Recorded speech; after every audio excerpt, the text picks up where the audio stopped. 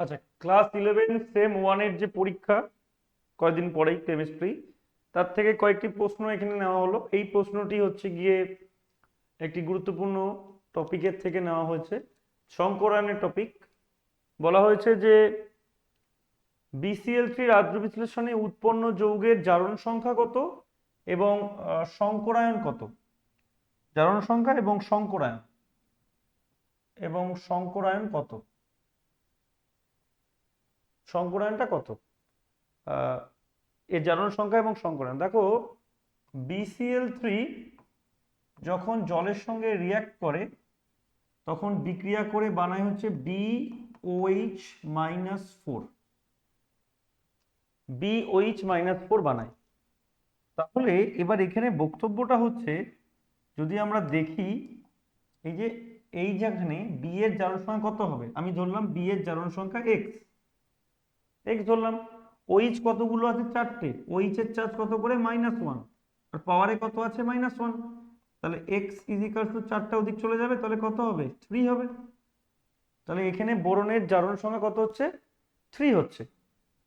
আচ্ছা, কিন্তু দেখো, যখন বোরন 3টে Cl এর সঙ্গে ছিল তখন কিন্তু বোরন অলরেডি 3টে বন্ড করেছিল। 3টে বন্ড করা থাকলে আমাদের বোরনের সংকরায়ন হবে sp2। 3টে বন্ড মানে sp2, একটা s আর দুটো p। কিন্তু এইখানে বোরন পিওর 4টে বন্ড করেছে,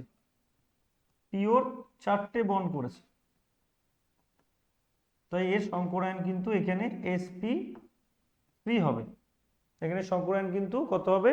sp3 হবে। মাথায় রাখতে হবে, সংকরায়ন হবে sp3। ওকে, পরের কোশ্চেনে চলে যাই। এন মোল আদর্শ গ্যাসের অবস্থার সমীকরণ কি হতে পারে? অনেকগুলো অপশন আছে। তো এইটা করার জন্য আমরা সবাই জানি PV = nRT। এটা 1 মোল আদর্শ গ্যাসের ইকুয়েশন। আমরা উভয় দিকে লগ দিয়ে গুণ করে দিলাম, লগ PV আর লগ nRT। দেখো, লগ PV আর লগ nRT আমরা লগ দিয়ে গুণ করে দিলাম। তো যদি তাই করি তাহলে লগের ক্ষেত্রে গুণ মানে কত? লগ P বনাম লগ V হয়ে গেল। এটা লগ P বনাম লগ V। আর এদিকে পড়ে আছে ধরো লগ nRT পড়ে আছে, পুরোপুরি nRT। এবার দেখো ইকুয়েশনে কোনটার সঙ্গে মিলতে পারে?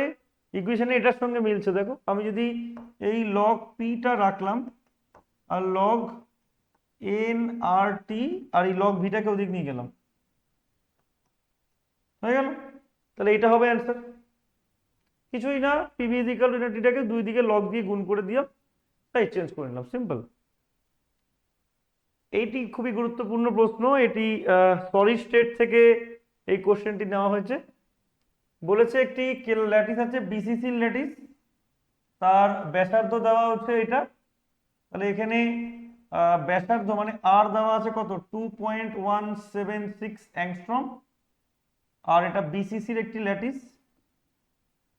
বাট BCCর ল্যাটিসের ক্ষেত্রে একটি ইকুয়েশন কি হয়? একটি ইকুয়েশন হচ্ছে গিয়ে 4r = √3 × a, যেখানে এটা হচ্ছে কি? প্রান্ত দৈর্ঘ্য। আমাকে প্রান্ত দৈর্ঘ্যটাই বার করতে হবে। তাহলে 4r / √3, এটাই প্রান্ত দৈর্ঘ্য a। এবার 4 আর এর জায়গায় কত বসাবো? 2.176 / √3। তো আমরা ক্যালকুলেট করে নিই। এবার যেহেতু ক্যালকুলেটর তো ইউজ হবে না, তাই আশা করি এরকম √3 ভ্যালু ট্যালু দিয়ে দেবে সব কিছুই। মোটামুটি ক্যালকুলেট তো করতেই হবে। 4 × 2.176 ডিভাইডেড বাই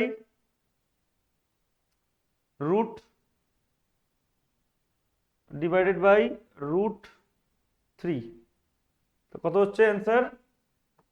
5.02 অ্যাংস্ট্রম, 5.025 অ্যাংস্ট্রম। তো এটা হচ্ছে অ্যান্সার।